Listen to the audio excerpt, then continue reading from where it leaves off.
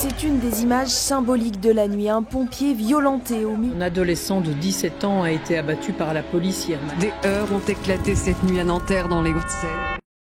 Ça, c'est la vie en France aujourd'hui. Un climat de peur, de tension, d'absurdité fiscale. Tu bosses dur, tu fais les choses bien, et t'as quand même l'impression d'être le dindon de la farce. Moi aussi, j'ai supporté ça pendant des années, jusqu'au jour où j'ai décidé d'arrêter de survivre et de commencer à vivre.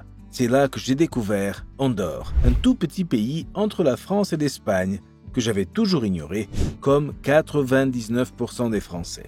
Je pensais que c'était juste bon pour acheter des clopes et de l'alcool pas cher, mais je m'étais complètement planté. Ce jour-là, j'ai compris que j'étais peut-être tombé sur le meilleur plan que j'avais jamais croisé.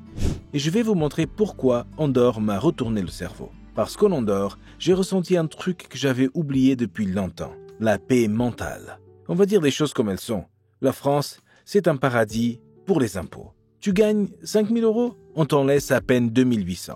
Tu veux créer une boîte, on t'explique que tu devras financer la retraite d'un type que tu n'as jamais vu. Tu veux embaucher, on te colle 60% de charges. Et si jamais tu réussis, alors là c'est jackpot, on vient te chercher avec un mix entre jalousie nationale et rage bureaucratique.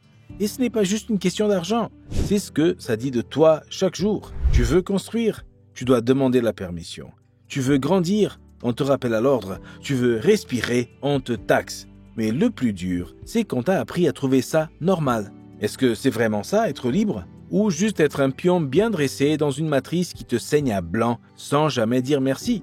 Et c'est là que je me suis posé une vraie question. Est-ce que je suis obligé de rester là-dedans toute ma vie? Ou est-ce qu'il existe un autre modèle? Spoiler, il existe. Et il commence à moins de 3 heures de Toulouse. La première fois que je suis allé à Andorre, j'ai vu un truc simple, mais qui m'a choqué. 2 enfants qui rentraient de l'école, seuls, en rigolant. Personne autour, pas de regard inquiet, pas de parents en panique, juste la vie normale. Et là, j'ai réalisé à quel point j'étais devenu parano en France, à force de faits divers, de cambriolages, de « tu as vu ce qui s'est passé dans le quartier d'à côté ?» En France, on vit sous tension, même quand rien ne se passe, parce qu'on sait que ça peut péter n'importe quand pour n'importe quoi. En Andorre, un homicide en 10 ans. Il y a des policiers armés, des caméras et un vrai respect de l'ordre. Est-ce que c'est une dictature? Non, c'est un endroit où les gens vivent encore sans peur. Et pour moi, ça a tout changé. Mais attends, ce n'est pas ça le meilleur. Tu sais ce qui m'a le plus perturbé les premières semaines là-bas? Le silence. Pas un silence pesant, un silence pur, l'air frais, les montagnes, la sensation que ton cerveau peut souffler. Tu n'as pas besoin de partir en vacances pour fuir le bruit. Tu es déjà ailleurs. Là-bas, tu peux te lever tôt, bosser dur, sans cette boule au ventre, sans avoir l'impression que le monde te hurle dessus. Et ça n'a pas de prix. Tu peux être productif et apaisé. Tu peux faire du chiffre sans que ton environnement te détruise. Et pourtant, au début, j'étais sceptique. Je me disais, ouais, c'est joli, mais est-ce que tu as vraiment une vie sur place? Erreur, parce qu'en fait, c'est pas qu'il n'y a rien à faire. C'est juste que tu as enfin le choix. Mais bon, je t'entends déjà penser à ça. Et le business dans tout ça? On va pas se mentir, c'est la question que tout le monde me pose. Et c'est là que ça devient drôle. Tu vois, en France, quand tu gagnes bien ta vie, t'es traité comme un problème. En Andorre, tu es accueilli comme une solution. Tu crées une boîte, tu payes 10% d'impôts sur les sociétés. Pas 33, pas 45. 10. T'as pas besoin de monter une holding au Panama ou de faire un MBA fiscal. Tu montes une société locale, tu bosses, tu vis et tu respires. Et le plus dingue, c'est que tu peux continuer à bosser avec tes clients français sans être traité de criminel. Oui, tu payes moins, mais surtout, tu comprends pourquoi tu payes. Et personne ne te culpabilise pour ça. Et si tu gagnais bien ta vie en gardant ce que tu gagnes? Mais attends, je n'ai pas encore parlé du plus gros mythe sur l'expatriation. Quand j'ai annoncé que je partais vivre en Andorre, tu sais ce qu'on m'a dit? Mais tu vas pas t'ennuyer là-bas?